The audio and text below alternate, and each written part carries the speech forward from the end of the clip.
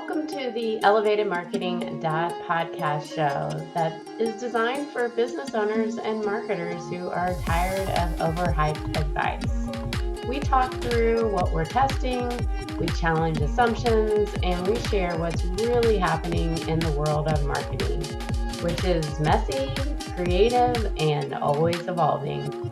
Welcome to the show. Hello. Jennifer Denny and Brenna Jackson. And today, let's talk about email marketing. Love email marketing. It is a question that we certainly hear. Is email marketing right for your business model? And it's a valid question. I want to talk through why, there's some specific reasons why it would be valid for you, but the type of companies that we work with tend to be in healthcare, event type marketing, or service industries, and we have found it very helpful in helping market those companies. Yeah, definitely. I think a lot of people don't understand the full capabilities of email marketing. And so then the value of email marketing is then questioned, but you don't know what you don't know. So Well, there's lead nurturing, there's the retention of existing clients, there's reactivation of clients. I think about that in the event industry. There's managing appointments. I think of that in the service based as well as in healthcare. There's segmentation, maybe you have multiple services and so you have multiple email communications. And then, my favorite reason for deciding if it is the right channel for your business model is that is an audience that you own. Yes. And that's an important key here.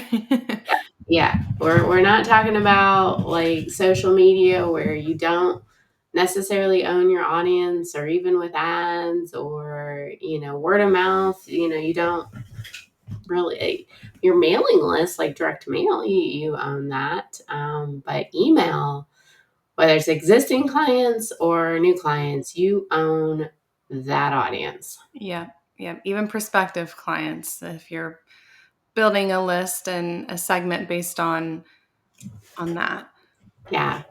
So let's go through our reasons why we think that if this applies to you, then you need email marketing. So you want to start us off? Yeah. A question that maybe you would ask, or maybe you're thinking is, well, does my business rely on trust before someone is ready to buy or book a service? Mm-hmm. The answer is yes. I think that goes for any business. Maybe there's different levels of trust based on what you're selling or providing.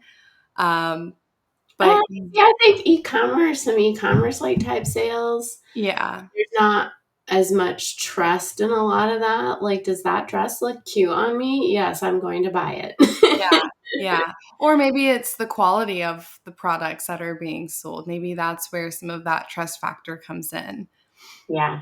Yeah. It's more of an advisory type role where you really are maybe, it's a higher type sale, and you got to have confidence and clarity that, or peace of mind that what you are buying is something that you trust them. Yeah. So I definitely, if your business relies on trust before buying or after buying, Mm-hmm. that retention model, very important. Yeah. I think something else too is, are we expecting leads to convert over time, or is that more of an instant thing Yeah. that's happening? Yeah. Now, we would all love for leads to happen overnight. That's not always the case. And so with email marketing, you have multiple touch points that are potentially there for you if you're working your email marketing. And so that could help with leads that are maybe a longer sales cycle. Yeah, yeah. It's kind of back to that, like, consultative sales and service-driven industries, they need education and what we would call in marketing as nurturing, and, you know, you described it, but they need a little bit of information to make that decision. um, Sometimes I take industries like plumbing or heating and air, and you might not think that there's a lot of decision making that when your water is spewing everywhere, like who's available. However, there was a lot of what we would call in marketing up funnel like marketing that in that moment when they need someone, trust has already been established, and it can be established with email marketing Mhm. prior to them even being a client, to be like, you know what, they're the guy I need to call or the gal in order to fix the water all over the floor. Yes. No, you're absolutely right. Yeah. What's the next one? Yeah, I definitely think about scheduled appointments, whether that be for healthcare or for a service, like you had mentioned, maybe a plumber or HVAC, whatever that may be. Email marketing, it's not always just about sending out your latest updates and newsletter. Yeah. It could be automated emails. So this could help with scheduled appointment times. Maybe it's a confirmation. Yeah. Maybe it's a reschedule because they missed an appointment. There's a lot of follow up that email marketing can help with when it comes to these different appointments. And we've definitely helped with that Mhm. because we've seen where some of these were set up, these automated messages, which are great. Mhm. The messages, the words, the timing of those automations weren't always quite um, great for Mhm. the person getting them. Yeah. And you know, there's a lot of touch points, and you want those automations in email to help people along the journey and the process to either buying your product or service. So maybe you're onboarding them, or Mhm. maybe it's after they've already made a purchase, or maybe you're trying to let them know what to expect when somebody comes out with a free estimate. Like, all of those conversations are very important when it comes to the automation of emails. And the more efficiently you can streamline those processes and those communications, the better customer experience overall. Yeah. All right. What's the next one?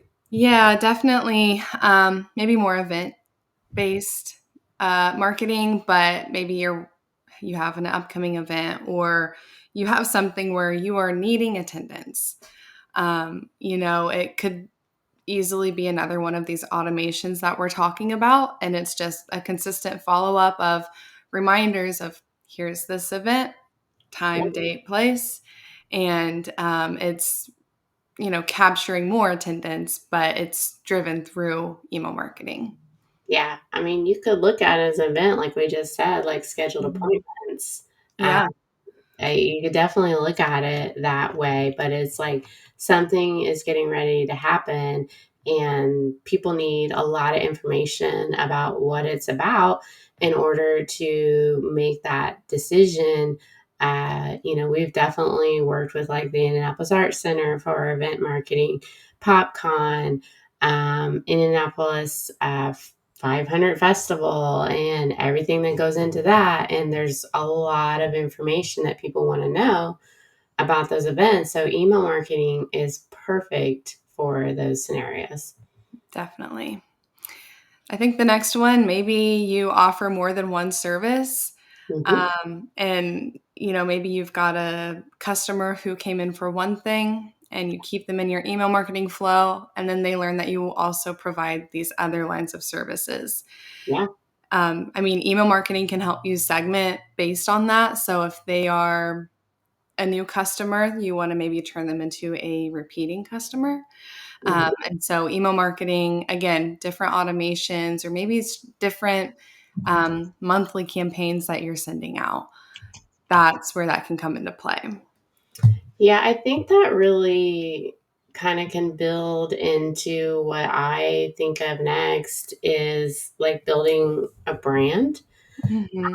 So a lot of times, it's another service line, but we do a lot of newsletters where it's a monthly like email, and you could be dropping part of that newsletter a new service line, but you could also be dropping what is going on with the company otherwise, keeping people up to date and understanding what you do.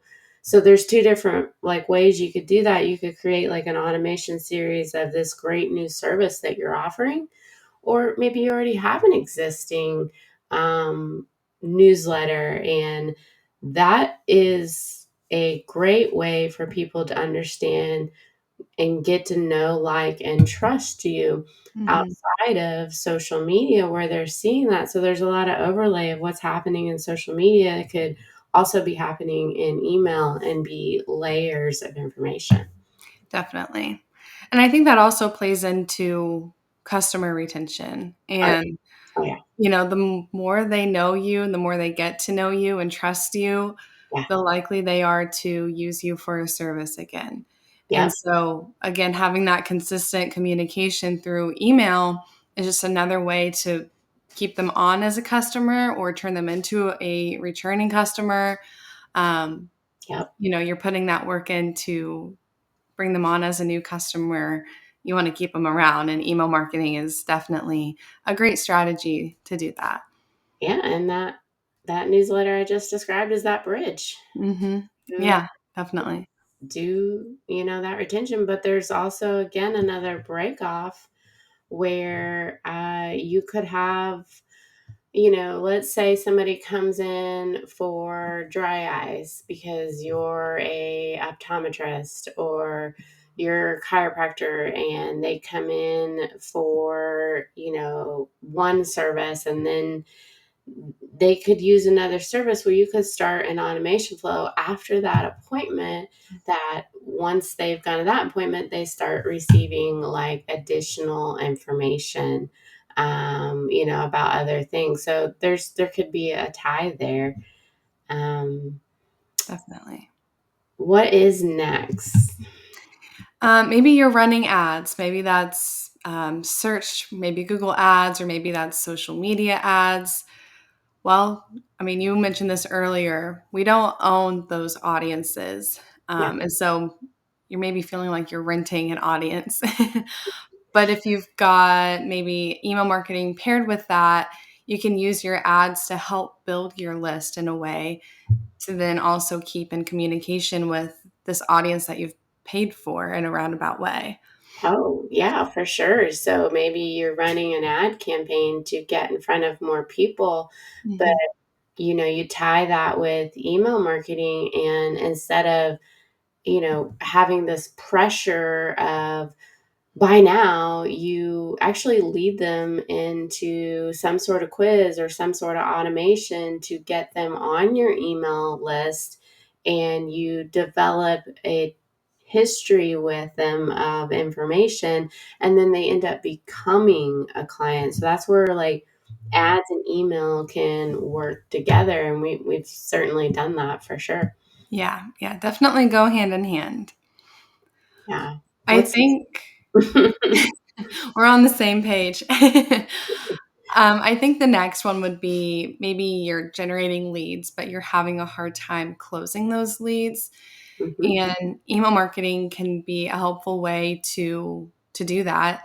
Not only can you provide more information, but you can provide more consistent follow up. You can provide more credibility, more trust. Overall, that consistent communication where maybe those leads are kind of falling through the cracks a little bit can maybe keep you still top of mind. Yeah, this is can be a manual one-off email marketing where you're having conversations with people, but you could quite frankly develop a automation where, you just met somebody at an event and the first email they get is an introduction of who you are and what you do and how to get a hold of you, and, oh, by the way, would you like to join my newsletter? Mhm. And maybe they would, because you wrote a really great email introduction that they do want to learn more. It could be a way to promote a podcast, a show. People need to know, like, and trust you in these situations. And so it helps for sure. Yeah. And I think that definitely flows into the next one of maybe you have a more complex service or it's more emotionally charged. So, Yeah. in other words, you just have a longer sales cycle. Well, these sales cycles could involve confusion, hesitation. And again, like what we're saying is this email marketing, it can help with that. It can help build that credibility, kind of give you a little bit more authority because you're directly in their inboxes. Um, and people sometimes just need to see and learn more before they're ready to buy. It's usually not sometimes, it's almost always. Yeah. Like, we're a little bit like, sometimes, and like, Yeah. it's No, it's most of the time, people need to trust you. they just need guidance in that decision making for Yeah, sure. yeah. I mean, I always give the example of the bubble gum at the counter, but that's a gut reaction at that point. I don't expect to get email marketing for that type of product or service. Um, Off the top of my head, I think of that same situation, like when it comes to, like, maybe choosing a gas station. I'm not expecting an email, like, to, you know, make me decide which gas station to choose. Now, a billboard really close to an exit that tells what all the convenience factors I can get. Yeah. Okay. Oh. All right, what is our last one? Yeah, I think it's I would maybe tie this into more efficiency. Mhm. Maybe you want to have more control over your customer's journey. Now, we don't all have time to sit and send email after email after email, but Yeah. what we can make time for is building automations. Mhm. And it's that consistent communication, but it's also working for you at the same time rather than this manual labor. Yeah. I think this is a good time to kind of insert the blog post that we have on when email automations can go bad. Yes. Yes. Because when I hear the word, like, automations, I'm a little jumpy. I'm like, okay, like, let's make sure we Yeah. think about this, because your client also can definitely form an opinion on your brand, Yeah. if you don't do some thinking about that. And Yeah. I remember one time we worked with a client, and it was a complex automation going. I don't know if you can think of the client I'm thinking of, but it was definitely mapped out. If this, then that. It was like a black hole of automation. Yeah, yeah, We don't wanna overdo it. Less is more when we have automation. We know that could go wrong for anything. That goes yeah. with any automation. It can certainly help a brand, and it can certainly hurt a brand. Yeah. We love communication here, and so that's why we do like email. Yep. That's why we do have a newsletter. If you want to follow along, perhaps you can see how we do it. Head on over to Elevate Marketing Solutions, and sign up for our newsletter, or Jennifer Denny, Denney. But Brenna, any last minute thoughts on, how do I know if email marketing is right for my business model? I would say don't underestimate the value and the power of email marketing. It is maybe a little daunting to build a list if you're starting from the ground up, but once you have a list started, then you're already halfway past the hard work.